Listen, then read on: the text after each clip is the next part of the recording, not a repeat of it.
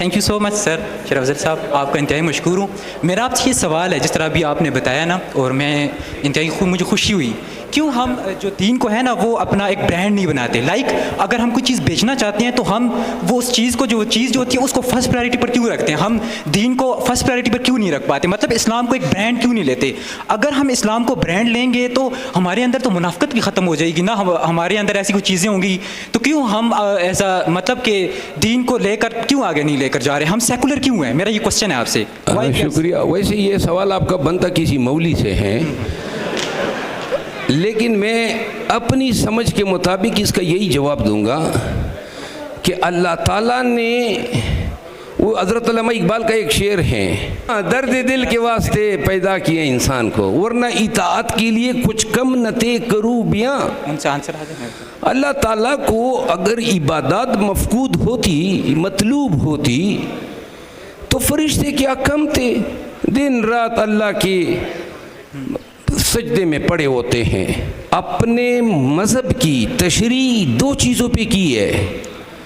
اسلام صرف نماز پڑھنے، زکوٰۃ دینے، حج کرنے، داڑھی چھوڑنے کا نام نہیں ہے.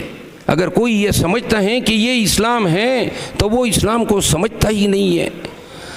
اسلام میں یہ وہ چیزیں ہیں، نماز آپ سے رہ گئی، نہیں پڑھی، مس ہو گئی، بار بار مس ہو گئی، تو اس کی معافی ہے اور اس کی تلافی بھی ہے اور اس کا کفارہ بھی ہے. روزوں کا کفارہ ہے، حج کا کفارہ ہے. یعنی اسلام کے جو عبادات ہیں جو اللہ نے آپ پہ مقرر کیے ہیں، اگر آپ ان کی ادائیگی میں پہلوتئی کرتے ہیں، غفلت کرتے ہیں، تو اللہ تعالیٰ نے اسلام کو اتنا سخت تو بنایا ہی نہیں ہے کہ جناب آپ اس کے دائرے سے نکل گئے یا آپ نعوذ باللہ کوئی مسلم ہونے سے رہ گئے. لیکن اسلام نے جس چیز پہ زور دیا ہے وہ ہے حقوق العباد، اور ان دونوں کا اجتماعی تصور اسلام کی اکملیت بتاتا ہے. یعنی کہ اگر آپ نے کسی کا پیسہ کھایا، کسی کا حق کھایا، یتیم کا کھایا، بیوہ کا کھایا، بہن کا کھایا، اپنی بیوی کا حق کھایا، آپ ظلم و جبر سے پیش آئے، آپ نے انسانوں کے ساتھ ظلم و جبر کیا، یہ وہ حقوق ہیں جو خدا بھی معاف نہیں کر سکتا ہے. تو لہٰذا یہ اللہ نے یہ زندگی عبادات کے لیے صرف نہیں دی ہے. اللہ نے کہا ہے مجبور، بے کس، غریب، کمزور، ان کے ساتھ آپ کا رویہ. اللہ نے جو اسلام میں آپ پہ سماج کے اندر رہتے ہوئے جو ذمہ داریاں دی ہیں، اس میں اللہ نے آپ کو اس دنیا کی جو جتنی نعمتیں ہیں، وہ قرآن کریم میں کیا فرماتے ہیں کہ فَبِأَيِّ آلَاءِ رَبِّكُمَا تُكَذِّبَانِ. قرآن کریم کی کن کن نعمتوں کا شکریہ. اور قرآن کریم کی آیت ہے إِنَّ الَّذِينَ تَدْعُونَ مِن دُونِ اللَّهِ لَن يَخْلُقُوا ذُبَابًا وَأَسْمَهُ لَهُ. یعنی کہ قرآن کریم کہتا ہے کہ اللہ تعالیٰ نے، دیکھیے اس کا مفہوم میں آپ کو یہ بتا دوں، اللہ تعالیٰ نے آپ کو اس کائنات میں پیدا کر کے آپ کو لکیر کا فقیر نہیں بنایا ہے کہ آپ وہی کریں جو آپ کے اجداد نے کیا. اللہ نے آپ کو عقل سے نوازا، ورنہ یہ میں نے ذبابًا وَأَسْمَهُ لَهُ، یہ کائنات کے تمام سائنسدان مل کے بھی ایک مچھر کے پر کی تخلیق تو کرنے سے رہے. وسعت قلبی کا ہے، افہام و تفہیم کا ہے. حضور کریم صلی اللہ علیہ وسلم کی ذات مبارکہ کا مطالعہ کریں اور کیا کہتے ہیں کہ کنتم خیر امت اخرجت للناس. یعنی کہ اللہ تعالیٰ فرماتے ہیں کہ حضرت محمد صلی اللہ علیہ وسلم کی ذات میں پوری امت کے لیے بہترین نمونہ ہے. کتنی شادیاں کی حضور کریم نے اور کن سے کی.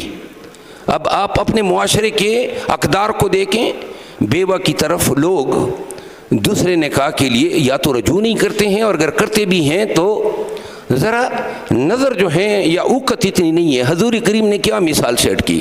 حضور کریم جب غزوہ بدر پہ نکلتے تھے، غزوات پہ نکلتے تھے، غزوہ خندق میں اپنے پیٹ سے پتھر باندھ کے خود ہی مشقت کرتے تھے. تو لہٰذا ہماری زندگی اور اسلام کا نظریہ زندگی یہ ہے کہ جیو اور جینے دو، لوگوں پہ مذہب اتنا طاری نہ کرو کہ لوگ جو ہیں اسلام کو دیکھ، اگر بعض لوگ ایسے ہوتے ہیں جو ہم بنیاد پرستی کی باتیں کرتے ہیں کہ جی لوگ ہمارے معاشرے میں بھی ایسے کہتے ہیں داڑھی کے حوالے سے، داڑھی نہیں چھوڑی ہے، تو پھر جناب یہ یاد رکھیں یہ داڑھی اسلام میں ہے، اسلام داڑھی میں نہیں ہے، ٹھیک ہے نا، اسلام داڑھی میں نہیں ہے۔ اور میں نے اپنی زندگی میں بہت سارے حج کرنے والوں، بہت سارے محدثین کو، یعنی کہ جو حدیث ایک نکلتی ہیں اور دوسری آتی ہے، بہت سارے حفاظ کو، شیوخ کو، عزام کو میں نے بڑے چھوٹے انسان بھی پایا ہے۔ تو لہٰذا نہ عمر نہ علم، اپنی کردار کی بلندی میں، اپنے کردار کے بناوٹ میں آپ نے دیکھنا ہے۔ اسلام نے آپ کو ایک نظام زندگی دیا، ماں باپ بھائی بہنوں کے، پڑوسیوں کے، گاؤں کے لوگوں کے، معاشرے کے لوگوں کے حقوق کا تعین کر لیا، اب آپ اس کو رسپیکٹ کریں۔ اور اسلام نے حضرت خدیجۃ الکبریٰ، یعنی اس زمانے میں، آج بھی علی پور میں کسی کو بتا دے کہ فلاں کی بیوہ بابی تجارت میں شروع ہو گئی ہے، وہ اس زمانے میں پیغمبر کریم کے ساتھ شادی سے پہلے تجارت کیا کرتی تھی۔ تو اسلام تو آپ کو بتاتا ہے ایکسپلور کرو۔ وہ آیت ہے ہمارے وہ دماغ کے کمپیوٹر میں بہت ساری چیزیں اوپر نیچے آج کل ہو گئی ہے، سیاست کا خانہ ذرا اوپر ہے آج کل، تو وہ آیتیں نکل گئی ہے۔ تو میں آپ کو یہ عرض کر رہا ہوں، ہمارے لیے اسلام جو ہے میں مختصر ترین تعریف ہے، ہم نے اسلام کے مطابق زندگی گزارنی ہے تو ایک دوسرے کے حقوق کا احترام